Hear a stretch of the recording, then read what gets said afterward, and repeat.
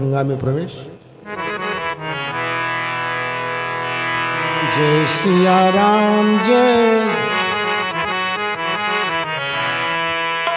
सिया राम जय जय सिया राम।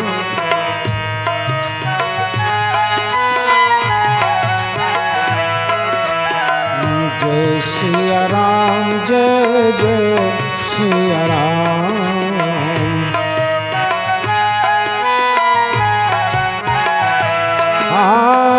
जय सिया राम जय जय सिया राम।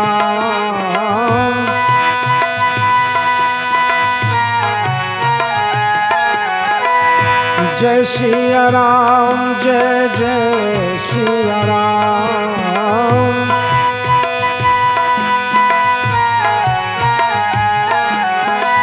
जय सिया राम जय जय सिया राम।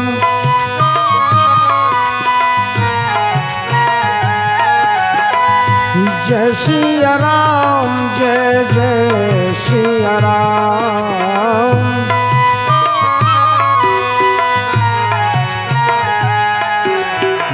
जय सिया राम जय जय सिया राम।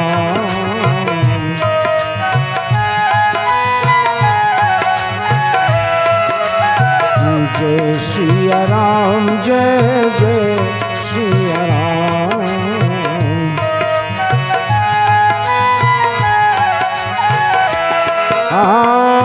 जय रघुनंदन जय घनश्याम।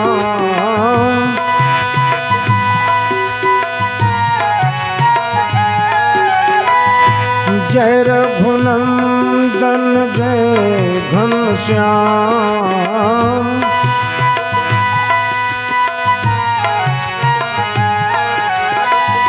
जानकी वल्लभ सीताराम।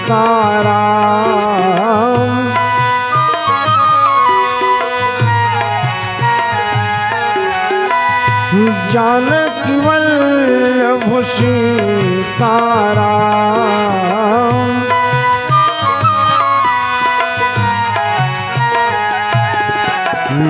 जय सिया राम जय जय सिया राम।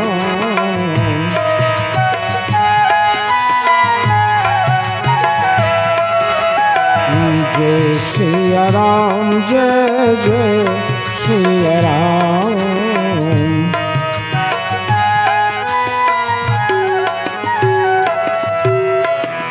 बोलिए श्री वृंदावन बिहारी लाल की जय जय श्री राधे। परमादरणीय श्रोता समाज, भगवत कथा रसिक बंधुओं, श्रद्धामयी माताओं, 88,000 ऋषि लोग नैमिषारण्य नाम करके तीर्थ पर बैठे थे। 1000 वर्ष तक की यज्ञ करेंगे और प्रातः काल वो लोग हवन वगैरह करते थे। दूसरे दिन का समय खाली था। सब मुनि महात्मा लोग अपने आसन पर बैठे थे। 88,000 ऋषि लोग। व्यास देव के शिष्य भगवान सूत जी महाराज पहुंच गए। ऋषियों ने उनका स्वागत किया, आसन पर बिठाया। और जब सूत जी आसन पर बैठ गए तब बाकी ऋषियों में मुखिया जो था शौनक, उसने प्रश्न किया, हे सूत जी महाराज, आप व्यासदेव भगवान के शिष्य हैं। जो रहस्य भगवान के उसको व्यासदेव जानते हैं वो सारा रहस्य आप जानते हो महाराज। हम भगवान की कथा में मन को लगाए बैठे हैं और आप हमको ये बताओ, ये संसार में सार क्या है? ऋषियों ने पूछा, ये संसार में सार क्या है? कृम श्रेयः। और जितने पुराण वेद शास्त्र हैं इनका सार क्या है? संसार में सार क्या है? वेद पुराण का रस क्या है? आखिरी सार क्या है?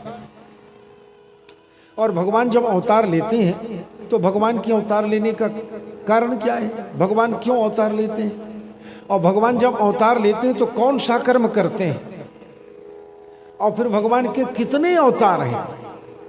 आखिरी प्रश्न 6वां नंबर का प्रश्न किया शौनक ऋषि ने जब द्वापर युग में भगवान अपने गोलोक धाम जाने लगे तो ये भगवान के शरण का भरोसा रहता है धर्म को। और जब भगवान अपने गोलोक धाम जाने लगे तो ये निराश्रय धर्म किसके शरण में गया? ये 6 प्रश्न पूछा। ये 6 प्रश्न को सुन करके और सूत जी महाराज भगवान का ध्यान लगाए। जन्माद्यस्य यतोऽन्वयादितरतश्चार्थे स्वविज्ञः स्वराट् तेने ब्रह्महृदायादि कवये मुह्यन्ति यत्सूर्यो तेजो वारिमृदां यथा विनिमयो यत्र त्रिसर्गो मृषा धाम्ना स्वेन सदा निरस्तु कुहकं सत्यम परम धीमहि। सत्य स्वरूप परमात्मा का ध्यान करके और सूत जी महाराज बोले, हे शौनक किम श्रेय, भगवान के शरण का आश्रय लो, यही सार है। भगवान का ही शरण लो, भगवान के शरण का ही आश्रय लेकर के भवसागर से पार हो, यही पहला सार है। शास्त्र का सार क्या है? शास्त्र का सार है भगवान के शरण में जाओ। भगवान अवतार क्यों लेते हैं? भगवान के अवतार लेने का कारण ये संसार का रक्षा करना, संसार की रक्षा करने के लिए भगवान अवतार लेते हैं। और भगवान कौन सा कर्म करते हैं? तो ये संसार की रक्षा तो करते हैं। भगवान के कितने अवतार हैं? तो कहे भगवान के असंख्य अवतार हैं, अनगिनत अवतार हैं भगवान के अनगिनत अवतार हैं। और आखिरी प्रश्न जो उन्होंने पूछा कि धर्म किसके शरण में रहता है, तो सूत जी महाराज ने कहा धर्मो भागवते स्थित हो, धर्म जो है भागवत की स्थिति में रहता है। संसार में सार ये है कृष्ण भक्ति परम श्रेय, भगवान कृष्ण का भक्ति करो यही श्रेय है। शास्त्र सारांश शैव ही, भगवान संसार में सार, शास्त्रों का सार यही है कि भगवान के शरण में जाओ। सूत जी महाराज ने कहा कि शौनक आप लोग बड़े भाग्यवान हैं जो इस तरह से भगवान की कथा में मन को लगा करके बैठे हैं। मैं वो कथा आपको सुनाऊंगा जिसका नाम श्रीमद् भागवत है। ये श्रीमद् भागवत में 12 स्कंध हैं, 335 अध्याय हैं, 18,000 श्लोक हैं और सुखदेव जी महाराज और राजा परीक्षित का संवाद है। इसको पंचम वेद कहा जाता है, श्रीमद् भागवत को पंचम वेद कहा जाता है। ऐसा श्रीमद् भागवत जो पंचम वेद कहा जाता है, जिसमें पद पद में भगवान की कीर्ति का वर्णन किया गया है, ऐसे मैं श्रीमद् भागवत आप लोगों को सुनाऊंगा। ऐसा जब सूत जी महाराज ने कहा तो शौनक ऋषि ने पूछा कि महाराज ये श्रीमद् भागवत जी का रचना किसने किया? ये भागवत जी का रचना किसने किया? तो सूत जी महाराज बोले, हे शौनक द्वापर युग आखिरी आ रहा था, द्वापर युग आखिरी आ रहा था और दूर दृष्टि वाले वेदव्यास भगवान जान गए आने वाला युग कलयुग है। कलयुग में लोग पापी, पाखंडी, अधर्मी, विधर्मी, दुष्ट, दुराचारी होंगे। इनका उद्धार कैसे होगा? इनका कल्याण कैसे होगा? तो ये संसार के कल्याण करने के लिए वेदव्यास ने एक वेद का 4 विभाग कर दिया। एक वेद को 4 भाग में बांट दिया। ऋग्वेद, यजुर्वेद, सामवेद, अथर्ववेद, ये 4 वेद बनाया। 4 वेद बनाने के बाद में पुराण बनाना शुरू किया। 17 पुराण बना लिया। 17 पुराण बनाने के बाद वेदव्यास सोचने लगे कि ये पुराण की भाषा तो बड़ी कठिन है, सबके समझ में नहीं आएगा। अरे पुराण संस्कृत में है, इसकी भाषा समझ में कौन आएगा? तो ये शूद्रों का कल्याण कैसे होगा, नारियों का कल्याण कैसे होगा? ऐसे सोच करके भगवान वेदव्यास ने महाभारत का रचना किया। महाभारत का रचना किया। महाभारत की रचना करने के बाद भी वेदव्यास महाराज सोच रहे थे कि मुझको और क्या करना चाहिए, क्या करना चाहिए, और क्या करना चाहिए, क्या करना चाहिए।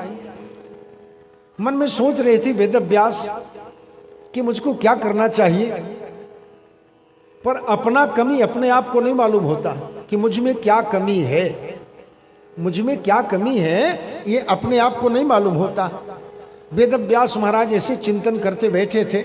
उसी समय के बीच में नारद जी महाराज पहुंच गए और नारद जी महाराज पहुंच करके वेद व्यास के पास पहुंचे। वेद व्यास ने स्वागत किया। आसन पर नारद जी महाराज बैठ गए। तब वेद व्यास महाराज के मुखड़ा को देख करके नारद जी बोलने लगे, ऐ सत्यवती नंदन, हे व्यास, क्या बात है, तेरा मुखड़ा उतरा हुआ है। मुखड़ा उतरने का कारण क्या है? कोई बात का कष्ट है तुमको? वेद व्यास ने कहा कि क्या बताऊं नारद जी महाराज, मैं संसार के कल्याण करने के लिए एक वेद का 4 विभाग बना दिया। एक वेद को 4 भाग में बनाया, 17 पुराण का निर्माण किया, महाभारत का रचना किया, फिर भी मेरे मन में संतोष नहीं है महाराज। और मेरे मन का संतोष नहीं, इसका कारण क्या है? अपने आप में क्या कमी है, वो कमी आप अपने आप को नहीं मालूम होता। अपने आप की जो कमी है वो सामने वाला देख करके बताता है कि क्या कमी है इसमें। नारद जी ने कहा कि सुनो वेद व्यास, तुमने संसार के कल्याण करने के लिए एक वेद का 4 वेद बना दिया, 17 पुराण बना दिया, महाभारत का रचना कर दिया। जैसे तुमने महाभारत में अर्थ, धर्म, काम, मोक्ष का वर्णन किया, इसी तरह से भगवान का तुमने निर्मल कथा को वर्णन नहीं किया। यथा धर्मादयश्चार्था मुनिवर्यानुकीर्तिता न तथा वासुदेवस्य महिमा ह्यानुवर्णितो। जैसे तुमने अर्थ, धर्म, काम, मोक्ष का वर्णन किया, इसी तरह से तुमने भगवान के निर्मल कथा को वर्णन नहीं किया, इसलिए तुम्हारे मन में संतोष नहीं है। नारद जी ने कहा कि सुनो वेद व्यास, मैं पहले जन्म में एक दासी का पुत्र था। नारद जी अपने पूर्व जन्म की बात बताते हैं। मैं एक दासी का पुत्र था। मेरे माँ, नारद जी की माँ, गांव में कृषकों के यहाँ, लोगों के यहाँ जा करके चूल्हा चौका करती थी, झाड़ू बुहारी करती थी, गैया धुईती थी, ऐसे काम करके अपना पेट पालन करती थी वो। ऐसे नारद जी महाराज 5 साल के बच्चा थे। उनकी माँ गांव में, घर में, दूसरे के घर में काम करती थी। एक दिन की बात नारद जी के घर में 4 महात्मा लोग आ गए। 4 महात्मा लोग आ गए। बरसात लगने वाला था और 4 महात्मा आकर के नारद जी के घर में डेरा डाल दिया। आषाढ़ का महीना लगने वाला था। चारों महात्मा आकर के और नारद जी महाराज के घर में जाकर के डेरा डाल दिया और नारद जी के घर में रहने लगे। नारद जी के घर में रह करके ये संत महात्मा लोग भगवान का पूजा करते, पाठ करते, जप करते, कीर्तन करते। अब ये छोटा से बच्चा नारद वहीं पर बैठे बैठे देखता संत महात्माओं के काम को। 4 महीना तक के महात्मा लोग नारद जी के घर में रहे। रोज एक बार भोजन बनाते थे, प्रसाद। और महात्मा लोग जब भोजन कर लेते और प्रसाद जो बच जाता, वो प्रसाद को नारद जी को दे देते। छोटे से बच्चे नारद जी को दे देते। 4 महीना के बाद जब महात्मा लोग जाने लगे नारद जी के घर को छोड़ करके, तो नारद जी को बुलाया चारों महात्माओं ने। और नारद जी को बुला करके चारों महात्माओं ने कहा कि नारद, भगवान का पूजा कैसे किया जाता है, भगवान के पूजा का प्रकार, भगवान की पूजा कैसे किया जाता है, और भगवान का ध्यान कैसे करना चाहिए। ऐसे एक मंत्र बताया। नारद जी महाराज को एक मंत्र बताया। कौन सा मंत्र बताया? ओम नमो भगवते तुभ्यं वासुदेवाय धीमहि प्रद्युम्नाय निरुद्धाय नमः शंकर्षणाय च। ये मंत्र को बता दिया नारद जी को। अगरबत्ती मत जलाओ, मैं बंद कर दिया था भैया।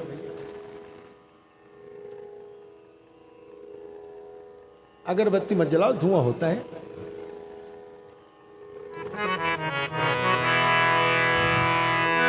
गोविंद जय जय गोपाल जय जय।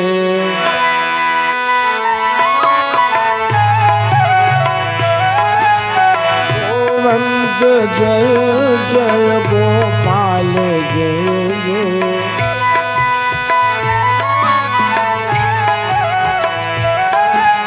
राधा रमण हरि गोविंद जय जय।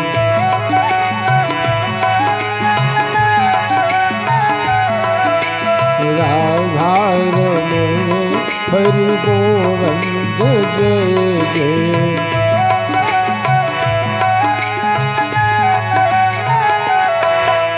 गोविंद जय जय गोपाल जय जय।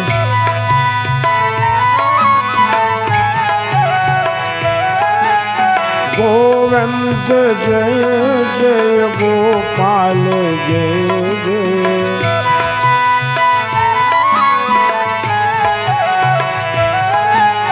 राधा रमण हरि गोविंद जय जय।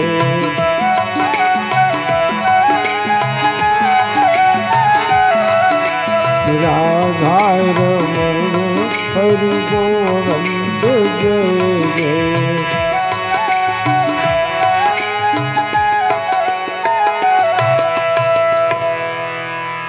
बोलिए श्री वृंदावन बिहारी लाल की जय जय श्री राधे। परमादरणीय श्रोता समाज, भगवत कथा रसिक बंधुओं, श्रद्धामयी माताओं, सूत जी महाराज कहते हैं कि शौनक, नारद जी ने कहा कि हे वेद व्यास, इस तरह से 4 महात्मा हमारे घर में रहे, 4 महीना तक के रहे, और जब 4 माह के बाद में चारों महात्मा लोग जाने लगे तो महात्माओं ने नारद जी को मंत्र बताया, भगवान का ध्यान भजन पूजन का मंत्र बताया। और नारद जी महाराज के ध्यान भजन पूजन बता करके और चारों महात्मा लोग चले गए। महात्माओं की जाने के बाद नारद जी महाराज अपने घर में रहते थे। इनकी माँ गांव में दूसरे के घर में काम करने जाती थी। एक दिन की बात है, सवेरे 4 बजे नारद जी की माँ किसानों के घर में गैया दुहने जा रही थी। रात का समय था, 4 बजे भोर का। एक सर्प जाके नारद जी की माँ के पैर को काट दिया। नारद जी की माँ का मृत्यु हो गया। नारद जी की माँ का मृत्यु हो गया। नारद जी महाराज को मालूम पड़ा, माता जी तो निकल गई। अब माता जी निकल गई तो क्या करना चाहिए, अब घर में मेरा क्या काम है। नारद जी ने घर छोड़ दिया। अब घर छोड़ करके जंगल चले गए। जंगल में जाकर के जब पहुंचे, प्यास लगा, झरना में जाकर के उन्होंने पानी पिया। अब पानी पीने के बाद एक पीपल के वृक्ष के नीचे में नारद जी महाराज बैठ गए। और नारद जी महाराज बैठ करके और वो जो 4 महात्मा लोग जो मंत्र बताए थे, वो चारों महात्मा के बताए हुए मंत्र का ध्यान करने लगा। जब ये ध्यान करके नारद जी महाराज ये मंत्र को बोले, जैसे ये मंत्र को बोले, ओम नमो भगवते तुभ्यं वासुदेवाय धीमहि प्रद्युम्नाय निरुद्धाय नमः शंकर षडाय च, ये मंत्र को बोले, आंख को बंद किया, बस नारद जी के दिल में भगवान प्रकट हो गए। एक क्षण के लिए, एक क्षण के लिए, एक क्षण मिलकी मारते दम नारद जी महाराज के दिल में भगवान प्रकट हो गए। एक क्षण में, एक क्षण के लिए नारद जी ने भगवान का दर्शन पाया और फिर भगवान अंतर ध्यान हो गए। अब तो नारद जी महाराज भगवान के दर्शन पाने के लिए व्याकुल हो गए। बार बार ध्यान लगाया, बार बार मंत्र को बोला, बार बार ध्यान लगाया, बार बार मंत्र को बोला, दोबारा भगवान का दर्शन नारद जी को नहीं हुआ। आकाशवाणी हो गया, अरे नारद, अब इस जन्म में तुमको हमारा दर्शन नहीं मिलेगा भैया, इस जन्म में तुमको हमारा दर्शन नहीं मिलेगा। अब अगले जन्म में जब तुम फिर जन्म लोगे तब हमारे पास में तुम हमारे पारखत बन करके रहोगे। ऐसे आकाशवाणी हो गया। नारद जी महाराज आकाशवाणी की बात को सुने और पृथ्वी में भ्रमण करने लगे, इधर से उधर जाने लगे। ऐसे करते करते एक दिन नारद जी के इस शरीर छूटने का समय आया। पांच भौतिक काया धरती पर गिर पड़ा, दिव्य जीवात्मा परमात्मा में जाके लीन हो गया। और जब नारद जी महाराज का पुनर्जन्म हुआ तो नारद जी महाराज ब्रह्मा जी की गोदी से उनके पुत्र बनकर के जन्म लिए। ब्रह्मा की गोदी से नारद जी का जन्म हुआ। कुछ समय के बाद में ये नारद ब्रह्मा की गोदी से जन्म ले करके और भगवान का ध्यान करने लगा। भगवान का ध्यान पूजन करता था। पूर्व जन्म का संस्कार। भगवान नारद जी के ऐसे काम को देख करके और नारद जी को एक ठो बीड़ा दे दिया भगवान ने। वीणा दे करके भगवान ने कहा कि नारद ये वीणा को बजाओ, हमारे गुणानुवाद को गाओ। और इस तरह से नारद जी ने कहा हे वेदव्यास, अब मैं भगवान की कृपा से जिस लोक में चाहूं जब चाहूं वहां जा सकता हूं। मुझको किसी प्रकार का कोई ये नहीं है, मैं निर्द्वंद हूं, किसी प्रकार का मैं बाधित नहीं हूं। क्यों? क्योंकि मैंने भगवान का भक्ति किया है। अब तुम एक काम करो, जैसे तुमने सुंदर सुंदर अर्थ धर्म काम मोक्ष का वर्णन किया है, उसी तरह से भगवान के निर्मल चरित्र का वर्णन करो। ऐसे कह करके नारद जी महाराज चले गए। नारद जी के जाने के बाद वेदव्यास महाराज सरस्वती नदी में जाके स्नान किया। बद्रीनारायण में सरस्वती नदी है। वो सरस्वती वैसे अलकनंदा है, पर बद्रीनारायण से और आगे जब चले जाओ तो सरस्वती माता है। वो पहाड़ में ही जाकर के लोप हो गई हैं। सरस्वती वहां पर बेर का वृक्ष था।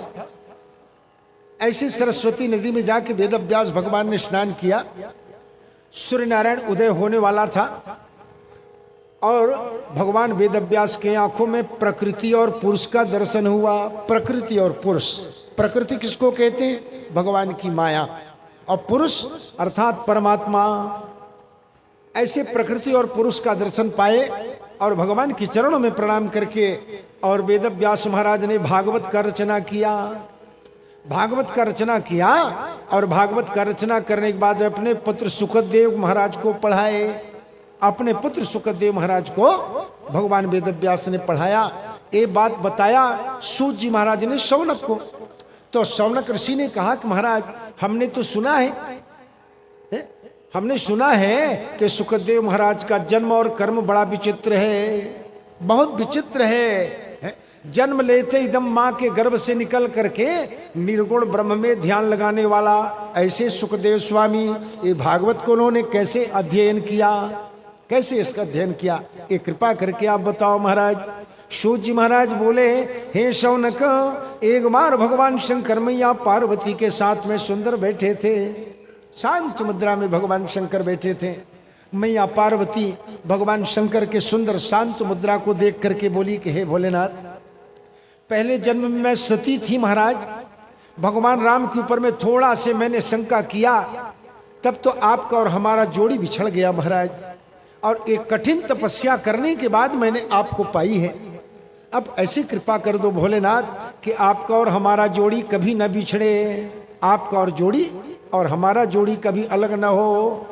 भगवान शंकर ने कहा कि पार्वती जाओ तो बाहर घूम के आकर के देखो, मैं तुमको अमर कथा सुनाऊंगा। वो अमर कथा तुमको सुनाऊंगा। ये अमर कथा को तुम सुनो और मैं कहूं, बाकी कोई न जाने, इसलिए जाओ बाहर देख करके आओ। पार्वती मैया बाहर जाती हैं। चारों तरफ जा करके देखा, कहीं पर कोई जीव जंतु पशु पक्षी नहीं था, कुछ भी नहीं था। केवल एक तोता का सड़ा हुआ अंडा पड़ा था। उस तोता के सड़ा हुआ अंडा को देख करके पार्वती मैया आकर के भगवान शंकर से बोली कि भोलेनाथ बाहर में तो कोई नहीं है, बाहर में कोई नहीं है भोलेनाथ, बाहर में कोई नहीं है। तब भगवान शंकर आसन लगा करके बैठ गए। मैया पार्वती जो है श्रोता बन करके बैठ गई और भगवान शंकर अमर कथा सुनाना शुरू कर दिया। अमर कथा, अमर कथा क्या है? ये भागवत का कथा ही अमर है। जो मौत के भय को छुड़ा दे उसका नाम है अमर कथा। मरने का जो भय संसार में सबको लगा है, ये मरने के भय को जो छुड़ा दे उसका नाम है अमर कथा। ऐसे अमर कथा को भगवान शंकर कहना शुरू किया। भगवान शंकर कथा कह रहे हैं, माता पार्वती हुंकारू दे रही हैं। शंकर भगवान कथा कह रहे हैं, माता पार्वती हुंकारू दे रही हैं।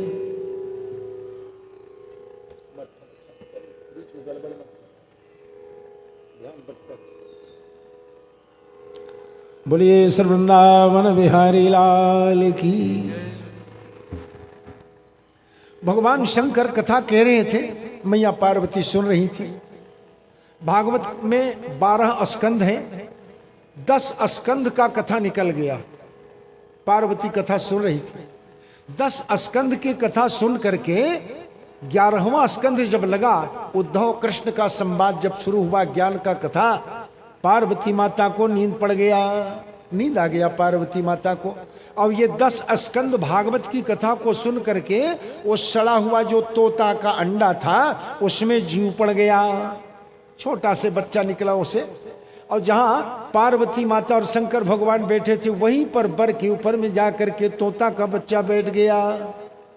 11वां स्कंध जब लगा, भगवान शंकर कृष्ण उद्धव का संवाद सुनाने लगे, पार्वती माता को नींद आ गया। ज्ञान की कथा में सबको नींद आ जाता है, पार्वती माता को नींद आ गया तो बाकी लोगों की क्या बात है। पार्वती माता को नींद पड़ गया और पार्वती माता की जगह में ये तोता का बच्चा हुंकारू देना शुरू कर दिया। हाँ, हाँ। 11वां स्कंध निकल गया, 11वां स्कंध, 12वां स्कंध निकल गया। एक अध्याय का कथा आखिरी बाची, एक अध्याय का कथा बाकी था।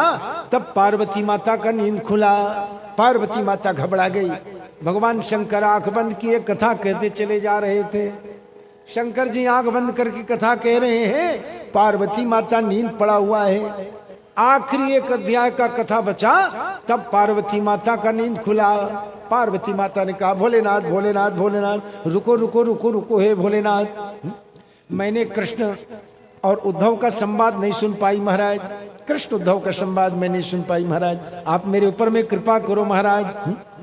शंकर जी ने कहा, जब तुम कृष्ण उद्धव का संवाद नहीं सुन पाई, तुमको नींद पड़ गया था, तो ये तुम्हारी जगह में हुंकारू देने वाला कौन है? कौन है? कौन है?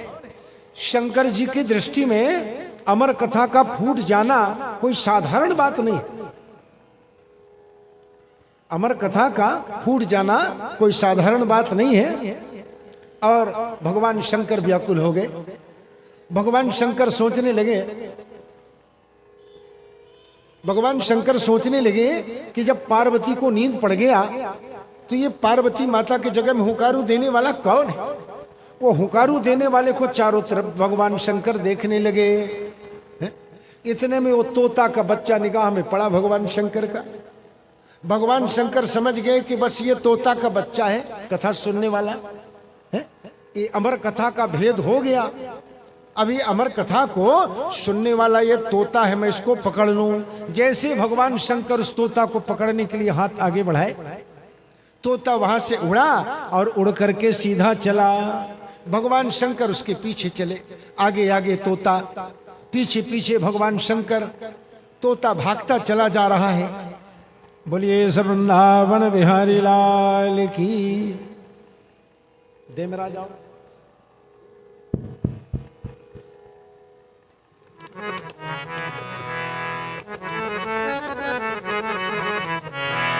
श्री कृष्ण गोविंद हरे मुरारी, हे नाथ नारायण वासुदेव।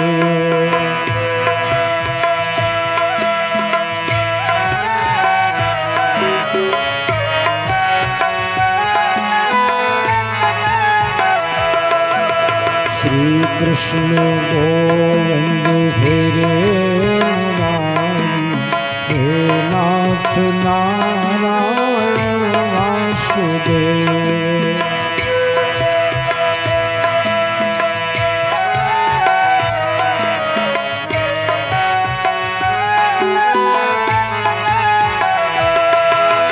हे नाथ नारायण वासुदेव, हे नाथ नारायण वासुदेव।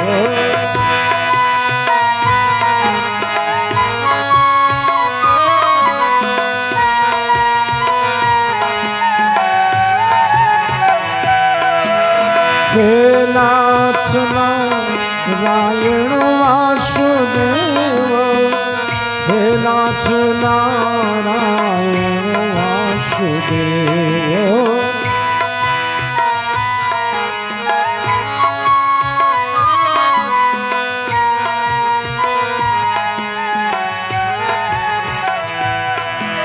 श्री कृष्ण गोविंद हरे मुरारी, हे नाथ नारायण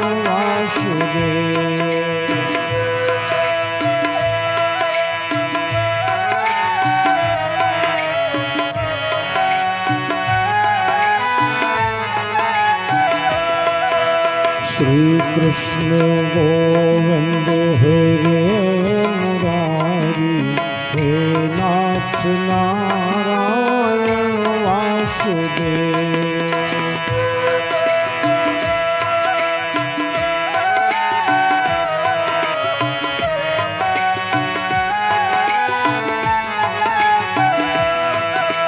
हे नाथ नारायण वासुदेव।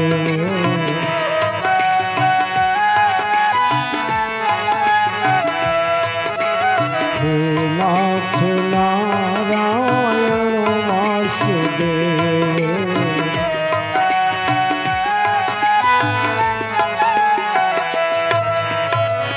बोलिए श्री वृंदावन बिहारी लाल। परम सम्मानी हमारे बड़े भैया आपके ग्रामाचार्य, और जहाँ से इन्होंने विद्या अध्ययन किया है, जहाँ से इन्होंने संस्कृत अध्ययन किया है गायत्री संस्कृत पाठशाला से, वहीं से हम भी पढ़े हैं। आप हमारे बड़े भैया के साथ में थे, परिवार से भी बड़े भैया हैं और बड़े विद्वान हैं। इनके सामने में हम क्या कथा कहेंगे, पर उनका आदेश और स्नेह की भाव है। बोलिए श्री वृंदावन बिहारी लाल की। परमादरणीय श्रोता समाज, भगवत कथा रसिक बंधुओं, श्रद्धामयी माताओं, सूत जी महाराज कहते हैं कि शौनक, जब वो तोता का बच्चा भगा, शंकर जी उसके पीछे दौड़े, आगे आगे तोता का बच्चा, पीछे पीछे भगवान शंकर। भागते भागते वो तोता का बच्चा बद्रीनारायण में पहुंच गया, जहां वेद व्यास महाराज की पत्नी जमुहाई ले रही थी। ये तोता का बच्चा गया और जा करके उसके मुंह में खूंस गया। अब तो भगवान शंकर देखे कि तो मेरे पकड़ में आने वाला नहीं है, ये मेरे पकड़ में आने वाला नहीं है। तो भगवान शंकर वहां से वापिस लौट गए और वो तोता का बच्चा वेद व्यास महाराज की पत्नी के गर्भ में रुक गया। कितना दिन रुक गया? महीना, 2-4 महीना नहीं, 9 महीना नहीं, 9 साल नहीं, 12 वर्ष तक के वो बच्चा वहां रुक गया।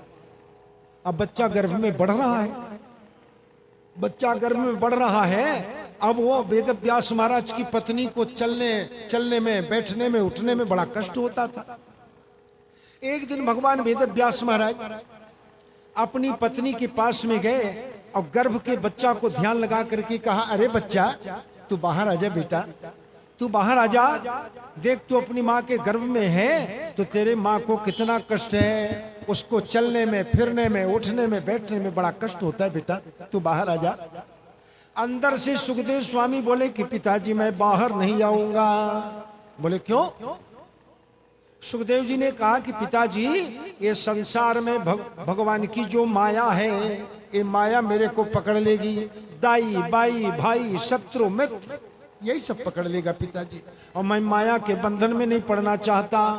तो सुखदेव जी ने कहा कि जब माया के पति भगवान द्वारिकाधीश जब तक क्या करके मेरे को आश्वासन नहीं देंगे तब तक के मैं बाहर आने वाला नहीं हूं।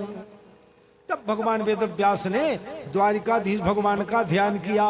द्वारिकाधीश भगवान आए और आ करके गर्भ के बच्चा सुखदेव स्वामी को आशीर्वाद दिया, अरे बच्चा तेरे ऊपर में मेरी माया की गति नहीं लगेगी, नहीं लगेगी, नहीं लगेगी, तेरे ऊपर में मेरी माया की गति नहीं लगेगी।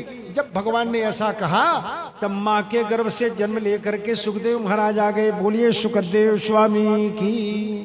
सुखदेव भगवान जन्म देने वाले माता पिता को प्रणाम किए, आशीर्वाद दाता भगवान द्वारिकानाथ को प्रणाम किया, और प्रणाम करने के बाद सीधे सुखदेव स्वामी उत्तर दिशा की तरफ चलने लगे।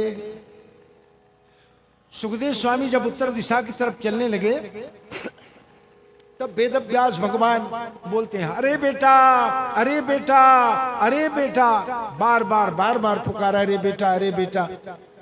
सुखदेव जी ने कोई उत्तर नहीं दिया। सुखदेव जी की तरफ से वृक्षों ने वेद व्यास महाराज को उत्तर दिया। सुखदेव महाराज चले जा रहे हैं, पीछे पीछे वेद व्यास महाराज जा रहे हैं। रास्ता में एक तालाब मिला, तालाब में अप्सरा लोग बिना वस्त्र के स्नान कर रहे थे। सुखदेव महाराज वहां से चले गए। बाद में जब वेद व्यास महाराज पहुंचे तो वो अप्सरा लोग जो बिना वस्त्र के स्नान कर रहे थे जल्दी से बाहर निकल गए, अपना अपना कपड़ा पहनना शुरू कर दिया। वेद व्यास ने कहा, अरे नारियों, अरे देवियों, यहाँ से मेरा पुत्र चला गया नंग धड़ंग बिना कपड़ा पहने, उसको देख करके तुमको लज्जा नहीं आया, तुमको शर्म नहीं आया? और मैं बूढ़ा आदमी, मेरे को देख करके तुम लोग शर्मा रही हो। सुखदेव वेद व्यास महाराज की बात को सुन करके और उन अप्सराओं ने कहा, महाराज महाराज, जो जानकार होता है उसी से लोक लज्जा संसार में होता है, और जो अनजान रहता है उससे क्या लोक लज्जा?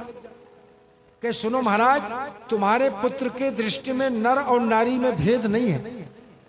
तुम्हारे पुत्र के दृष्टि में नर और नारी में भेद नहीं है, और तुम्हारी दृष्टि में भेद है महाराज। तुम भेद करते हो कि ये नारी है ये नर है, तो तुम्हारी दृष्टि में भेद है, इसलिए हम लोगों को वस्त्र पहनना पड़ रहा है, और तुम्हारा पुत्र जो है अभेद दृष्टि वाला है, इसलिए उससे हमको संकोच नहीं हुआ महाराज। सुखदेव स्वामी आगे चले गए, आगे जाकर के हिमालय पर्वत में पहुंच गए।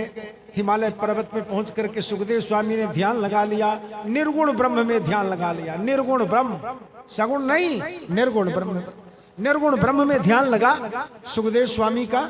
वेद व्यास महाराज वो गुफा के बाहर खड़े थे, कहाँ जाऊं, किसको बताऊं, मेरा दुखड़ा कौन दूर करे, मेरा दुखड़ा कौन दूर करे। ऐसे वेद व्यास महाराज सोच रहे थे, सहसा भागवत का एक श्लोक उनके मुंह से निकल गया। वेद व्यास के मुंह से एक भागवत का श्लोक निकला। कौन सा श्लोक निकला? अहो वकीयं स्तन कालकूटं जिघांसया पाययदप्य साध्वी लेभे गतिं धातृच्युतां ततोऽन्यं कं वा दयालु शरणं व्रजेम। ये श्लोक का अर्थ है, पूतना नाम करके राक्षसी ने अपने स्तन में जहर लगा के गई थी, भगवान को जहर पिला के मारूंगी कह करके, पर धन्य है भगवान, पूतना के जहर को पी लिए, और पूतना जब मर गई तो पूतना को अपने मां का स्थान बना दे दिया। धातृच्युताम ततोन्यम, अरे मारने वाले को भी, जहर देने वाले को भी भगवान ने माता का स्थान दे दिया। भगवान से बढ़ करके दयालु और कौन होगा जिसके मैं शरण में जाऊं। ये जब श्लोक बोला वेद व्यास, सुखदेव के कान में पड़ा, व्याकुल हो गए सुखदेव महाराज, ध्यान छूट गया। निर्गुण ब्रह्म का जो ध्यान कर रहे थे वो ध्यान छूट गया। सुखदेव महाराज ध्यान से बाहर आकर के और पिताजी के पास में गए। वेद व्यास महाराज के पास जाके बोले, पिताजी महाराज एक बार एक श्लोक को और सुना दो, एक बार और श्लोक सुना दो। दुनिया में ऐसा कौन है जो जहर देने वाले को भी मां बना ले? संसार में सबसे ऊंचा होता है मां का स्थान, सबसे ऊंचा मां का स्थान। पितु सद्गुणम माता वंद्या पूज्या गरीयसी, पिता से 100 गुना ऊंचा स्थान मां का होता है, बंदनी पूजनी गरीयसी। सुखदेव स्वामी ने कहा कि पिताजी एक श्लोक को एक बार और सुना दो। वेद व्यास समझ गए ये मेरा श्लोक काम कर गया, मेरा श्लोक काम कर गया है। वेद व्यास महाराज ने कहा, अरे सुखदेव, ये तो तुमको एक श्लोक सुनाया मैंने, एक श्लोक सुनाया, ऐसा ही 18,000 श्लोक मैंने बना के रखा है, घर में रखा है। चलो चलो, भागवत के एक श्लोक में इतना आकर्षण पड़ गया सुखदेव स्वामी को कि ध्यान लगाए थे, ध्यान को छोड़ करके पिताजी के पीछे पीछे चले आए। आश्रम में जब सुखदेव महाराज आ गए, भगवान वेद व्यास ने आश्रम में सुखदेव को रख करके श्रीमद् भागवत का सम्यक अध्ययन करवाया, पूरा भागवत को पढ़ाया। पूरा भागवत जब पढ़ लिया सुखदेव स्वामी, पर उनका मन तो लगा था निर्गुण ब्रह्म में, ये संसार की मोह माया में नहीं था। इसलिए भागवत को पढ़ने के बाद सुखदेव स्वामी फिर सोचे कि मैं जाऊंगा, भगवान का ध्यान करने जाऊंगा, और मेरे जाने के बाद में मेरे पिताजी को दुख न हो। इसलिए सुखदेव स्वामी ने एक ठो छाया सुखदेव बना दिया, कृत्रिम डुप्लीकेट सुखदेव बना दिया। ताकि मेरे जाने के बाद पिताजी को मेरे जाने का कमी महसूस न हो। और सुखदेव स्वामी चले गए निर्गुण ब्रह्म में ध्यान लगाने के लिए। इस तरह से श्री सुखदेव स्वामी जी का जन्म हुआ है। बड़ा विचित्र। शौनक जी ने कहा कि हे सूत जी महाराज, जैसे ये सुखदेव स्वामी जी का जन्म और कर्म बड़ा विचित्र है, उसी तरह से भागवत के प्रधान श्रोता राजा परीक्षित का जन्म और कर्म भी बड़ा विचित्र है। सूत जी महाराज बोले, हे शौनक, जब कौरव पांडवों में लड़ाई हुआ, सारे कौरव लोग नष्ट हो गए। प्राण बचाने के लिए ये दुर्योधन जो है मानसरोवर में चला गया। मानसरोवर के जल में जाके घुस गया अंदर। और भगवान जानते हैं जब तक के राजा जीवित है तब तक के राज्य जो है विजय नहीं माना जाता। तो पांचों भाई पांडवों को लेकर के भगवान मानसरोवर के पास में चले गए। वहां जाके भीम ने आवाज लगाया दुर्योधन को, अरे कायर दुर्योधन, निकल, योद्धा बनता है, जल के अंदर में छिपा हुआ है। और वो दुर्योधन भीम की बात को सुन करके निकला जल के बाहर। भीषण संग्राम हुआ दुर्योधन और भीम का। ऐसी संग्राम होते होते आखिर में भीमसेन ने अपने गदा के प्रहार से दुर्योधन की जंघा को तोड़ दिया।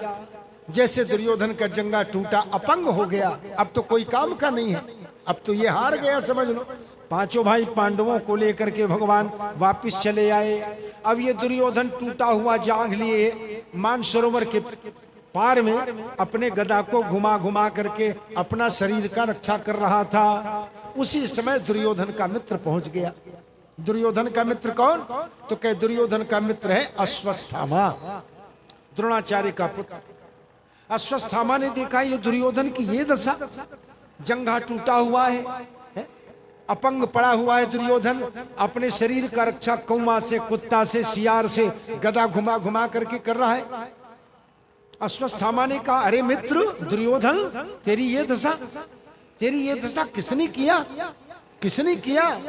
दुर्योधन ने कहा कि क्या बताऊं रे मित्र, ये मेरा जंघा तोड़ने वाला भीमसेन है। अगर मैं भीमसेन को पा जाता तो मार डालता।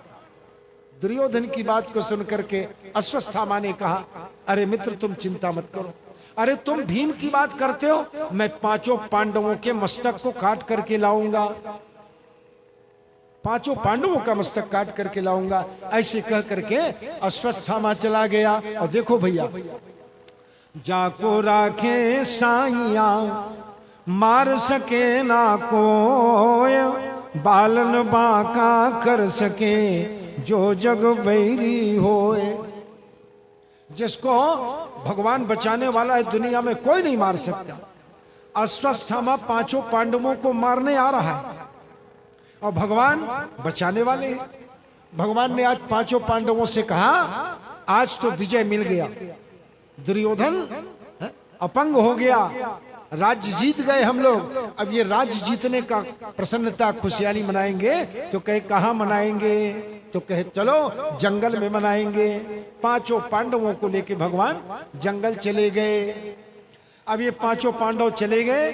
पांचों पांडवों के द्वारा रानी द्रौपदी को 5 पुत्र हुआ था, बिल्कुल पांचों पांडव जैसे दिखते थे। रानी द्रौपदी अपने 5 पुत्रों को ले करके और राजमहल में सोई थी। रात का समय था। अश्वत्थामा पहुंच गया, खाड़ा उठाया, 5 बच्चों के मस्तक को चकाचक चकाचक चकाचक काट दिया। 5 बच्चों का मस्तक काट करके अश्वत्थामा 5 बच्चों के सिर को लेकर के भागा। इधर अश्वत्थामा भाग रहा है, इधर बच्चों के कटे हुए बिना सिर के लाश को देख करके रानी द्रौपदी छाती पीट पीट करके रोती है। रात का समय, नारी की आवाज दूर तक की जाता है, रोने का आवाज। रानी द्रौपदी रो रही थी, इसके रोने की आवाज जंगल में अर्जुन के कान पर पड़ गया। अर्जुन ने कहा, द्वारिकानाथ। हाँ अर्जुन ने कहा, लगता है द्वारिकानाथ के महल में कोई संकट आ गया है। ये रोने वाली की आवाज जो है रानी द्रौपदी का लगता है। चलो चलो चलो द्वारिकानाथ। 5 भाई पांडव भगवान के साथ आए। 5 बच्चों के बिना सिर का लाश रक्त रंजित खून से फट पड़ा हुआ था। रानी द्रौपदी छाती पीट पीट करके रो रही थी। रानी द्रौपदी छाती पीट पीट करके रानी द्रौपदी रो रही थी। अर्जुन ने कहा, द्रौपदी रो मत, रो मत, रो मत, रो मत। ये तेरे पुत्रों को मारने वाला कौन है? ये तेरे पुत्रों को मारने वाला कौन है? बस उसका मुझको पता बताओ। रानी द्रौपदी ने बताया कि अश्वत्थामा मेरे पुत्रों के मस्तक को काट करके ले गया। अर्जुन ने कहा, तू चिंता मत कर, तू चिंता मत कर, मैं अभी जाऊंगा और अश्वत्थामा को मार के लाऊंगा। अश्वत्थामा के खून से ही तुम अपने पुत्रों का जलांजलि तिलांजलि करना। सांत्वना दे करके अर्जुन और भगवान कृष्ण से अर्जुन बोला कि द्वारिकानाथ रथ सजाओ। भगवान ने रथ सजाया। अर्जुन कृष्ण दोनों रथ में बैठे। भगवान पवन वेग से घोड़ा हाँकना शुरू किया। इधर अश्वत्थामा पांचों बच्चों के सिर को लिए लिए मानसरोवर पहुंचा। दुर्योधन से बोला कि देख दुर्योधन, तुम भीम का मस्तक कहते थे, मैं पांचों पांडवों का मस्तक काट करके ला दिया। दुर्योधन ने कहा, 4 पांडवों से मेरा कोई बैर नहीं, मेरा बैर तो उस भीम से है जिसने मेरे जंघा को तोड़ा है। ला ला ला वो भीम का सिर मेरे को दे। तो भीम जैसा दिख रहा था, भीम का बच्चा का सिर था। अश्वत्थामा ने जैसे बढ़ाया, दुर्योधन बच्चे का सिर को लिया, जब धरती पर रगड़ा, एक ही बार में पिसान मिल गया, धरती में मिल गया। दुर्योधन जान गया ये भीम का सिर नहीं है। अरे भीम का सिर तो गाज से भी नहीं फूटता है, वज्र से भी नहीं फूटने वाला है, और ये मेरे दबाने से समाप्त हो गया। बराबर ये भीम का पुत्र का सिर होगा। जब ये भीम के पुत्र का सिर होगा तो अर्जुन जैसे दिखने वाला अर्जुन का पुत्र होगा, नकुल सहदेव दिखने वाला नकुल सहदेव का पुत्र होगा। दुर्योधन बड़ा दुखी हो गया। अरे ब्राह्मणाधम, अरे ब्राह्मणों में अधम। अश्वत्थामा को बोला, दुर्योधन आज तुमने हमारे वंश को उजाड़ दिया है? हमारे मरने के बाद में यही बच्चे लोग हमको जलांजलि तिलांजलि देते, जिसको तुमने मार डाला। ऐसी कह करके दुर्योधन छाती को पीट पीट करके प्राण को त्याग दिया। इधर दुर्योधन प्राण को त्यागा, इधर भगवान कृष्ण और अर्जुन रथ में बैठे, पवन वेग से भगवान का रथ आ रहा था। अश्वत्थामा देखा, ये तो अर्जुन कृष्ण आ रहा है। घोड़े पर बैठ करके अश्वत्थामा भागा, और जैसे भगवान रथ में बैठ करके उसका पीछा कर रहे हैं अर्जुन के साथ में, अपने तरफ आते देख करके अश्वत्थामा ने नारायण अस्त्र को निकाला, नारायण बाण को छोड़ा। नारायण बाण प्रलय काल के समय जैसा हो जाता है, ऐसे नारायण बाण को जब अश्वत्थामा ने मारा, भगवान ने कहा, अर्जुन तुम भी इस बाण के काट में कोई दूसरा बाण छोड़ो, तभी बचेंगे, नहीं तो बचने वाले नहीं। अर्जुन भी समझ गया। अर्जुन ने पारजन्यास्त्र नाम करके अस्त्र को निकाला और संधान करके मारा। पारजन्यास्त्र और नारायण अस्त्र ये दोनों लड़ने लगे। ये दोनों के लड़ने से प्रलय जैसा दृश्य पैदा हो गया। संसार में एकदम भयानक अग्नि का झोंका। भगवान ने अर्जुन से कहा कि अर्जुन तुम दोनों बाणों को शांत कर लो और शांत करके अपने तोबरा में ले आओ। देखो एक खास बात, गुरु जो होता है वो गुरु जो है अपने शिष्य को जितना प्रेम करता है उतना अपना बच्चा को प्रेम नहीं करते। क्या गुरु अपने चेला को जितना प्रेम करता है उतना प्रेम अपने बच्चा को नहीं करता। देखो गुरु महाराज द्रोणाचार्य, उसका बेटा अश्वत्थामा, अश्वत्थामा को नारायण बाण चलाना सिखाया था, लौटाना नहीं सिखाया था। ये बात, नारायण बाण चलाना सिखाया था द्रोणाचार्य ने, अश्वत्थामा को लौटाना नहीं सिखाया था। और अर्जुन को बाण भी चलाना सिखाया था और लौटाना भी सिखाया था। इसीलिए भगवान ने आज अर्जुन को कहा कि दोनों बाण को शांत करके खींच लो। अर्जुन बाण चलाया, दोनों को शांत करके खींच लिया, फिर पास निकाला अर्जुन और अश्वत्थामा को मार दिया। पास में अश्वत्थामा बंध गया। अश्वत्थामा बंध गया। भगवान अर्जुन को बोले कि अर्जुन इस ब्राह्मण को मार डालो, इस ब्राह्मण को मार डालो। भगवान अर्जुन को कहते कि अश्वत्थामा को मारो। कहे क्यों? आतताई वधारणा, अत्याचारी जो ब्राह्मण होता है वो मार डालना चाहिए, अत्याचारी को मार डालना चाहिए। भगवान अर्जुन का परीक्षा ले रहे थे, अर्जुन का परीक्षा ले रहे थे कि मेरे कहने पर अर्जुन अश्वत्थामा को मार तो नहीं देगा? क्यों? क्या परीक्षा ले रहे थे?